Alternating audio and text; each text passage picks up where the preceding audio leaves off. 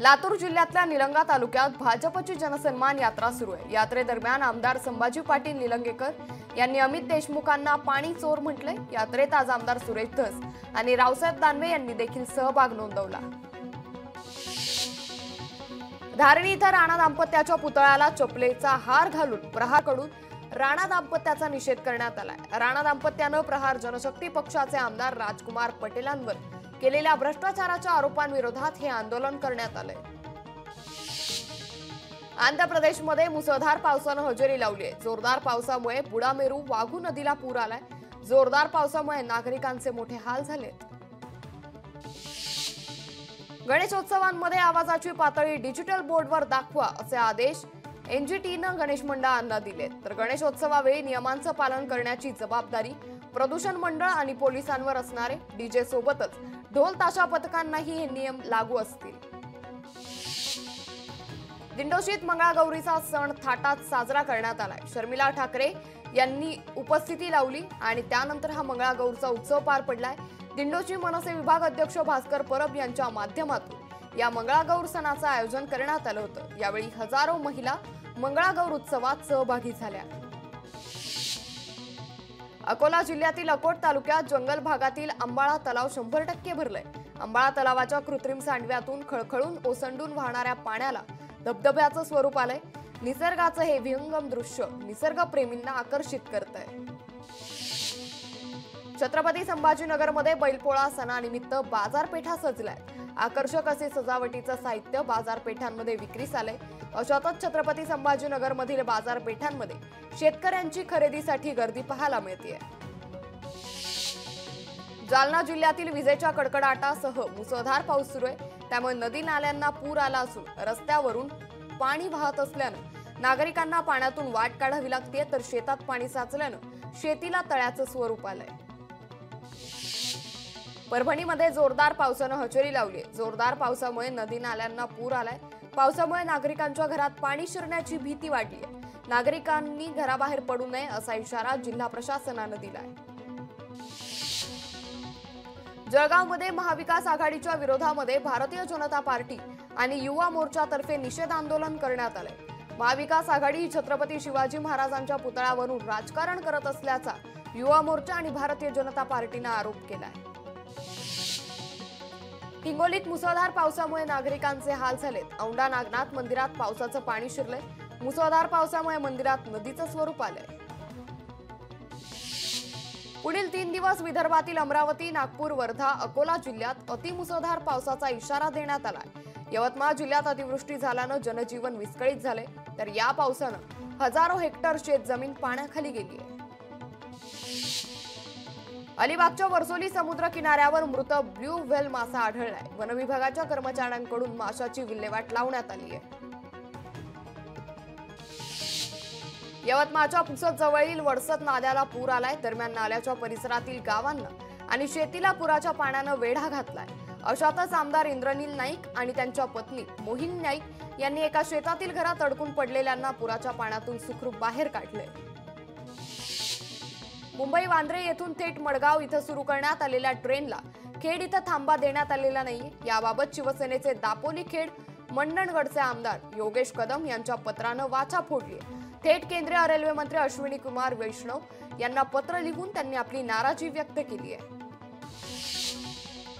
जेजुरीत उद्या सोमवती यात्रा आणि श्रावणी शेवटचा सोमवार असल्यानं लाखो भाविक खंडोबाच्या दर्शनासाठी येत असतात।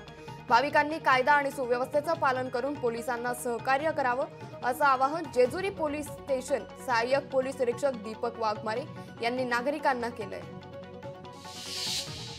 धुळे शहरातील मोकाट पिसाळलेल्या कुत्र्यांचा तात्काळ बंदोबस्त करावा। नागरिकांना तक्रारीसाठी हेल्पलाईन सुरू करत शहरात स्वच्छतेबाबत उपाययोजना करा अशा सूचना खासदार डॉक्टर शोभा बच्छाव यांनी धुळे मनपा अधिकाऱ्यांच्या घेतलेल्या आढावा बैठकीत केल्या आहेत।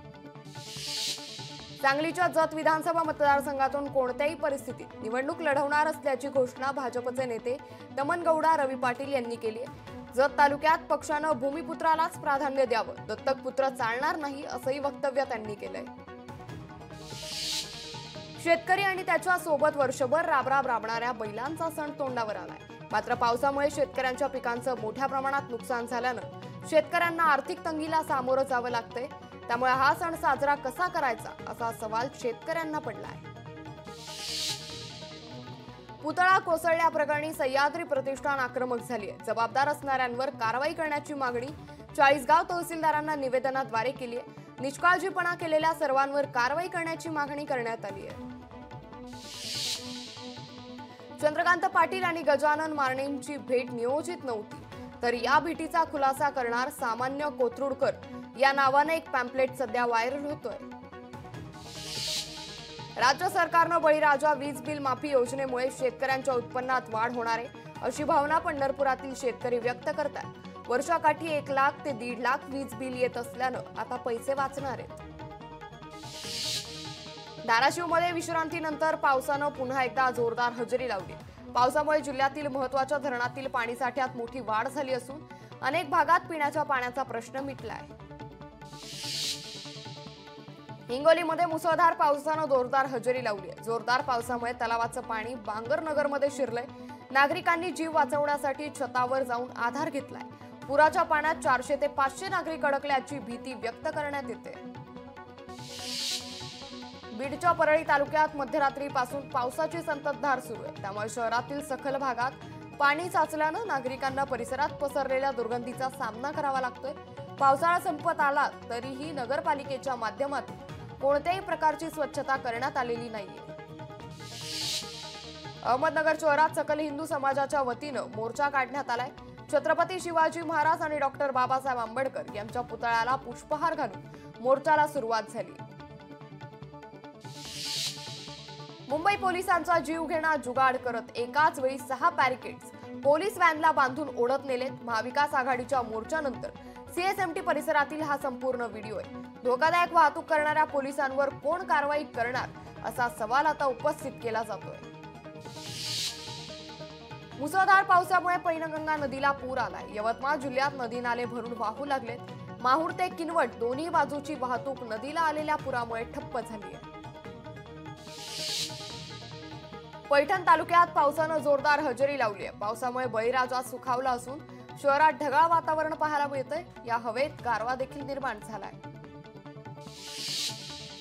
यंदाच्या वर्षी जळगाव जिल्ह्यात समाधानकारक पाऊस पडल्यानं पोळा हा सण उत्साहात साजरा होणार आहे। त्यामुळे बैलाला सजवण्यासाठी लागणारं साहित्य खरेदी करण्याची लगबग शेतकऱ्यांमध्ये पाहायला मिळते।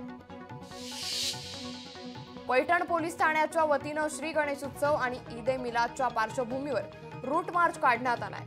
शहरातील विविध भागातून हा रूट मार्च काढण्यात आलाय। यावेळी पोलीस निरीक्षक संजय देशमुख यांच्यासह पोलीस अधिकारी कर्मचारी यामध्ये सहभागी झाले होते। पिंपरी चिंचवड शहरातील विविध सामाजिक संस्था संघटनांनी नारी शक्ती मोर्चा काढलाय। राज्यात होत असलेल्या स्त्रियांवरील अत्याचाराच्या विरुद्ध हा मोर्चा काढण्यात आलाय। अकोल्यात तीज महोत्सवादरम्यान मुख्यमंत्र्यांच्या लाडकी बहीण योजनेची स्तुती करणारं गाणं बंजारा महिलांनी गायलंय।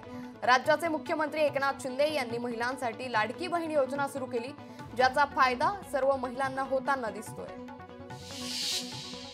केंद्रीय सामाजिक न्याय राज्यमंत्री रामदास आठवले यांनीही राजकोट किल्ल्यावर भेट दिली। राजकोट येथील छत्रपती शिवाजी महाराजांचा पुतळा कोसळल्याच्या घटनेनंतर आज अधिकाऱ्यांकडून या संदर्भात आठवलेंनी माहिती घेतली। लोकशाही मराठी ऐका, पहा, जागरूक रहा।